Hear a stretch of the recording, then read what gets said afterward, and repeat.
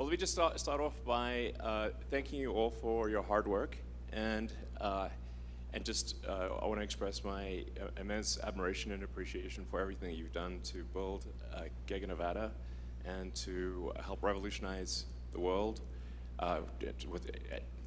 This factory has made a massive effect on transitioning the world to sustainable energy, and it's something you should be incredibly proud of. And I'm incredibly proud of you guys for doing it. So, yeah.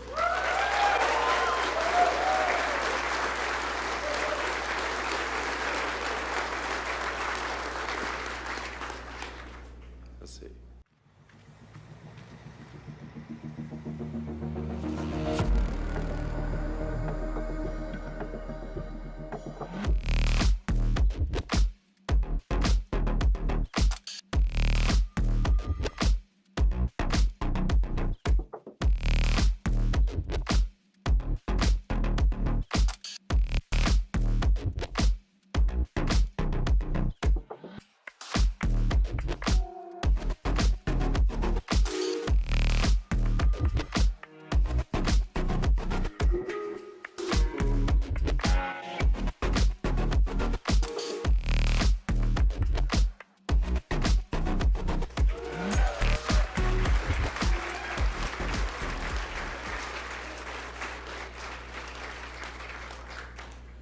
So we've made incredible progress at Tesla in building this factory and achieving a tremendous output of cells, drive units, power electronics, stationary battery packs, but there's more. So it's hard to believe that it was almost a decade ago that we started building this place. I mean, I can remember coming out here to the Tahoe Reno Industrial Complex, as it's interestingly named, and it was nothing. There was just rocks, and now we've got this incredible factory. It's the most advanced cell and battery and powertrain factory in the world, and yeah, literally from a pile of rocks. So it actually took me a moment to sink in. I spent so much time in this factory since I actually was camping out on the roof at one point in a little tent, just to sort of save time from going to the hotel. I just pitched a little tent on the roof and lived there. It gets pretty cold at night, I have to say. But just coming in here and seeing all the snow on the ground, I mean, this is such a beautiful area that we're in, and the wild horses. I think people sometimes don't believe me. It's basically like paradise around here. It's I think it's 10,000 wild horses just roaming around. Snow on the mountains. You got Lake Tahoe nearby. So part of this, by the way, is a recruiting call for because we're going to need a lot of people. So definitely talk to your friends and family and about coming to work here, because we're going to scale up big time, and it's going to be great. So, yeah, yeah.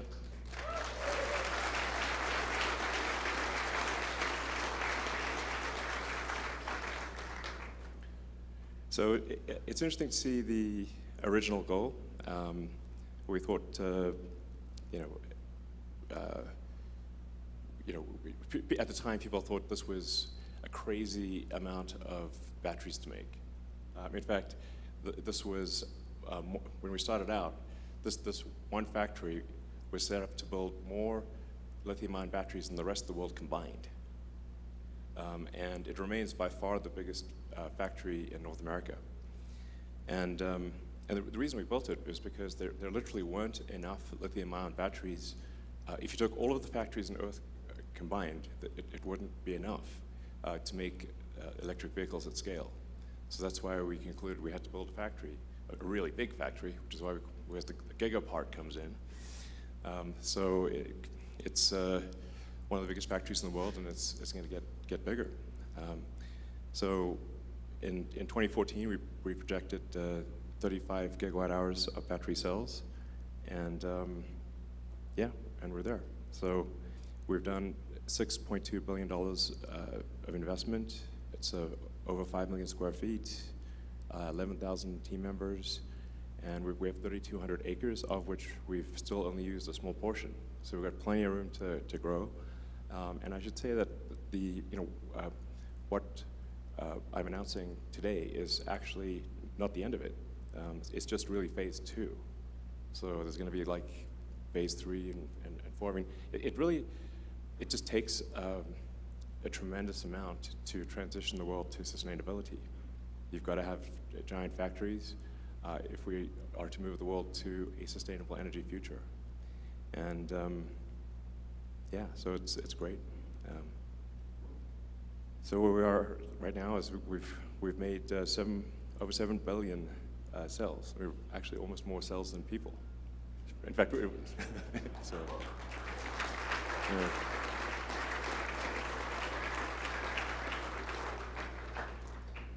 And we've done over 3.5 million drive units, so motors and power electronics. We've made 1 million energy modules for stationary storage. So it's, yeah, exactly. It's what I always remind people. We also make stationary storage. That's very important. I mean, the 3 elements of a sustainable energy future, the 3 pillars, are electric vehicles, stationary storage, and then solar and wind. And because solar and wind are intermittent, you have to have the stationary storage to store the power for when the wind isn't blowing and the sun isn't shining. Pretty basic, really. So it's a 3 pillars. And this is all very doable and will be done, and will bring civilization to a sustainable energy future. So, yeah.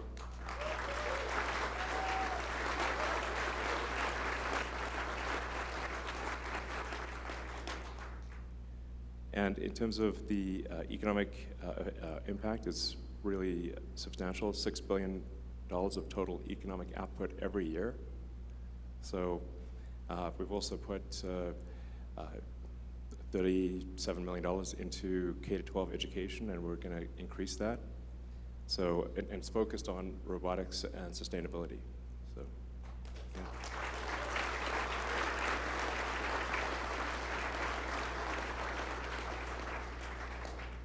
So just, yeah, once again, thank you for your incredible work to bring us to this point. And it wouldn't, obviously, thanks to you. So this photo is from our 1,000,000th energy module that we made just last Wednesday. So yeah, the risk of being repetitive, thank you very much.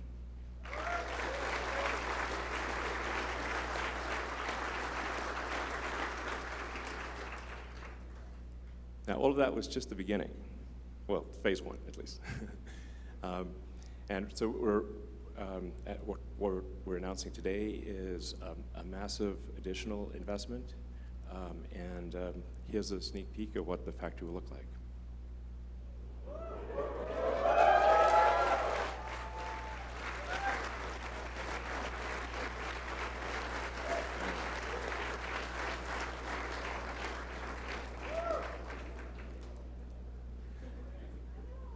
Yeah, it's gonna look.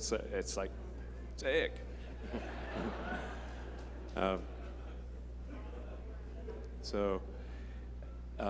I mean, one of the other things that's really cool is we actually achieved our production goals with basically about half of the space we thought would be needed. So now we're going to fill out the other half, and so we're on to phase 2. So we're going to be investing. And I should say these are conservative numbers, so we expect to exceed these numbers. I think we'll end up investing over $4 billion. We're adding another 4 million square feet of manufacturing space, and at least 3,000 jobs, direct jobs, and I think it'll probably end up being more than that. These are conservative estimates. So, yeah.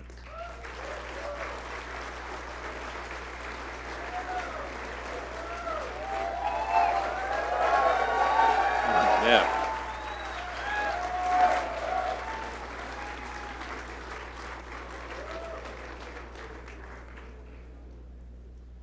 So yeah, so we're going to do our high volume semi-truck manufacturing here, and And then we're also going to be adding 100 gigawatt hours of Tesla 4680 cell manufacturing here, and that's just to start.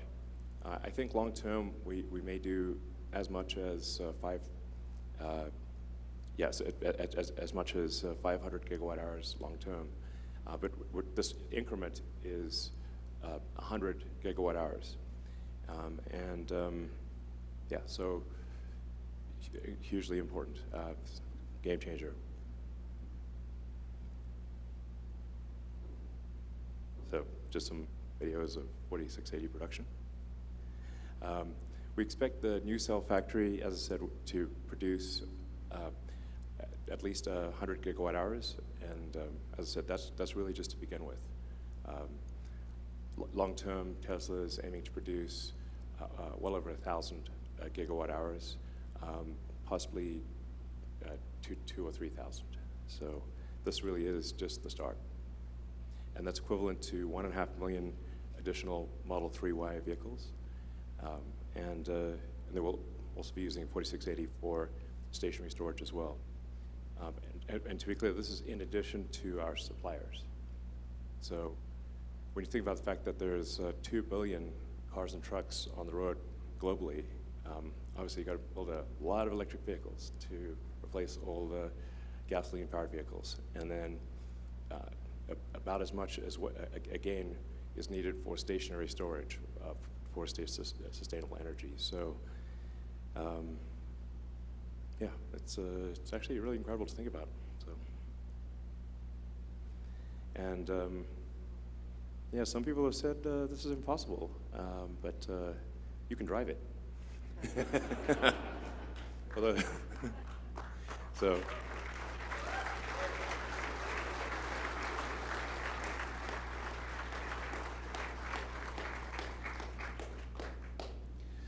And in fact, we already have the Tesla semi-truck in use by some of our key customers like Pepsi.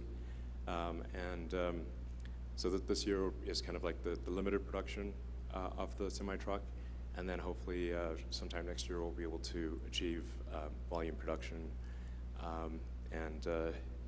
It's a game changer. So although semi-trucks are only about 1% of the vehicles, they're actually responsible for 20% of the emissions. So it's a much bigger effect than you'd think if you just looked at the number of vehicles. It's an essential part of a sustainable energy future. And this is a beast. You can see it hauling ass up the mountain there. Pretty cool. And I'd like to say just also a big thank you to the state of Nevada, and I'd like to invite Nevada Governor Joe Lombardo to join me.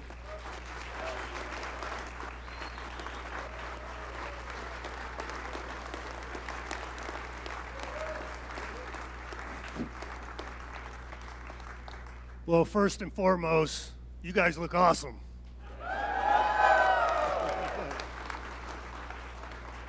And I want to thank Elon. I want to thank Elon for his partnership in helping improve your quality of life, my quality of life, and changing the world. So thank you. A round of applause for Elon.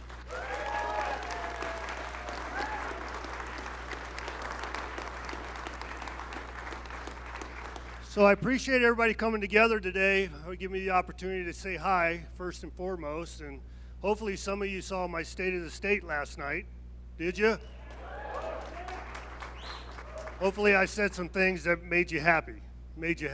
But I think we will. So what is my role in this process that we're talking about today? And obviously Elon's here to change the world. I'm here to change your life. Well, I just want to be clear. I'm just I get way too much credit. The credit is theirs. No, I understand that.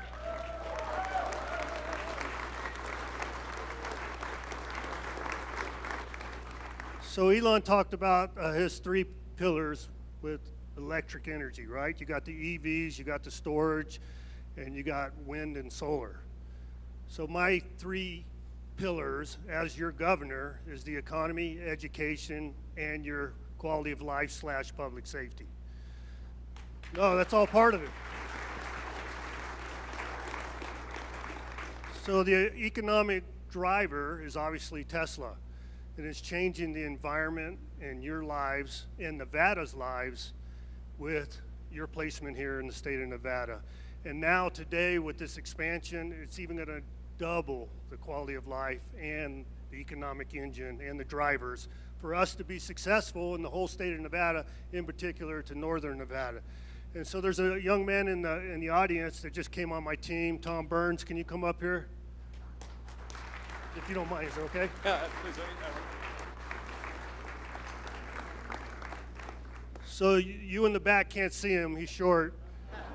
But Tom is the new director of the Governor's Office of Economic Development. And he is the one instrumental in partnering with Tesla and ensure that we get this project off the ground and built and ensuring that it goes in perpetuity into the future. So thank you, Tom.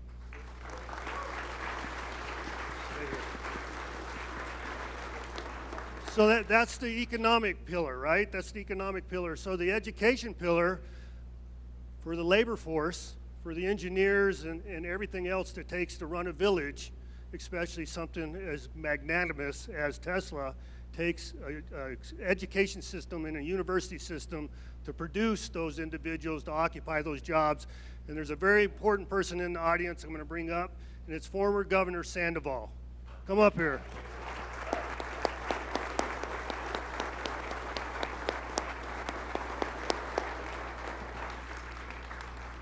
So you may not know, but he's also the president of UNR, where a lot of you might have went to school.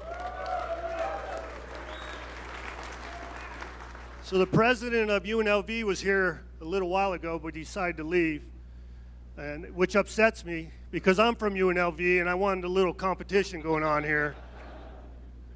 But I appreciate Brian Sandoval being here. And for those who also may not know, Brian Sandoval and Elon had a handshake agreement several years ago that started this whole thing in its infancy. So thank you, Brian. Thank you for your support. Thank you.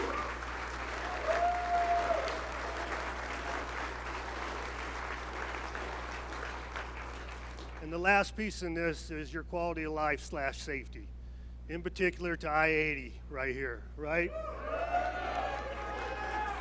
Tracy, can I get Tracy up here? Tracy Larkin, come on up.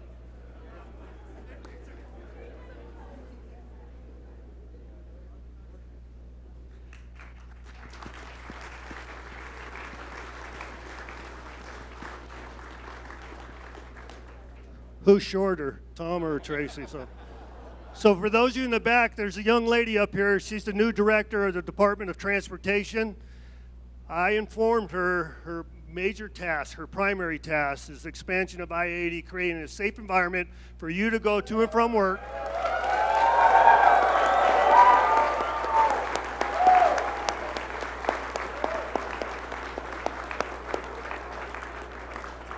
And to ensure that semi-truck gets on the road and gets out of here.